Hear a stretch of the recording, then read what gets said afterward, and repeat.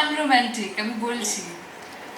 আমার মাথা চলে না এসবে, হয়তো কি করতে হয় কি করা উচিত আমি জানি না, বাট আই থিঙ্ক এই প্রতিজ্ঞা করতে করতে হয়তো শিখে যাবো কি করে করতে হয়।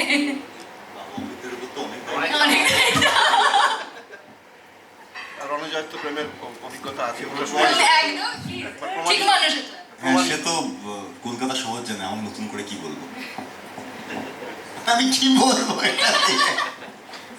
বল বানিয়ে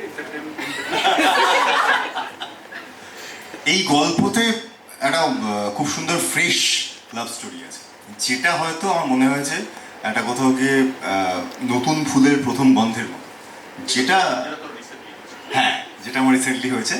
তো আমার মনে হয় সেটা মানুষের ভালো লাগে। অভিজ্ঞতা কতটা কাজে লাগাবে? কি হয়েছে? ভালোবাসার অভিজ্ঞতা কতটা এখানে কাজে লাগাবে তুমি? অভিজ্ঞতা কতটা কাজে লাগলো? কাজে লাগাবে। কাজে লাগাবো, হ্যাঁ। ঠিক আছে।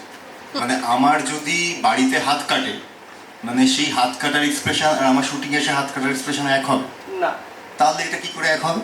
দুটো মানুষ আলাদা, চরিত্র আলাদা, তাদের প্রেমের অ্যাঙ্গেল আলাদা, তাদের সম্পর্কটা আলাদা হবে। কিছুটা কাজে লাগবে, রাত ওরা সারাদিন যেভাবে কাটাবে বা ফিরে এসে ওই মোমেন্ট আপনার মধ্যেই থাকবে। আমি যেটা শুনতে চাইছি একই থাকবে বাবা। ওই যে ও সকালে ভোরবেলা যখন আসবে শুটিং করতে, ন্যাচারালি রাত্রে হ্যাংওভারটা থাকবে ওর, ঠিক আছে? ওদেরকে কন্টেন্ট দে ভাই, ওদেরকে ডেকে কন্টেন্ট। ওর জন্য কোনো প্রশ্ন?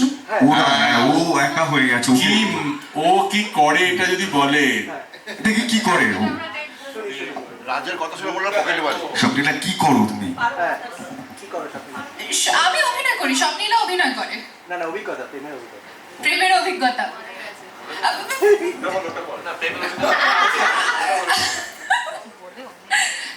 এদিক থেকে কোনো তেমন অভিজ্ঞতা নেই আমার। আরে ওদিকে তাকাস না, ওইটা বল না। আরে ওইটা অমিতা তাকাচ্ছে।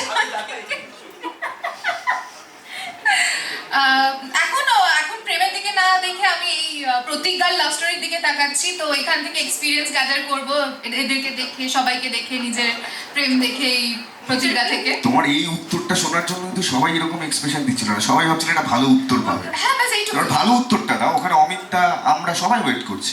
ভালো অভিজ্ঞতা হবে প্রতিজ্ঞা থেকে। হ্যাঁ, প্রতিজ্ঞার লাভ স্টোরি দেখে তো সবাই যেরকম প্রেম শিখবো, আমরা আবার প্রেম ভালো করে প্রেম দেখবো, এটাতেই আমার ভালো অভিজ্ঞতা হবে। তাহলে বোঝা যাচ্ছে প্রতিজ্ঞা হচ্ছে প্রেমের পাঠশালা। তুমি অবশ্যই দেখো। আমার আর বয়স নেই। প্রেমের কোনো বয়স হয় না।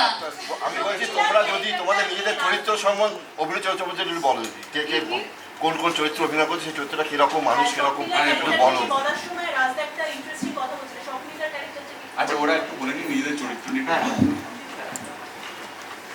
আমার নাম এখানে ছুটি, আর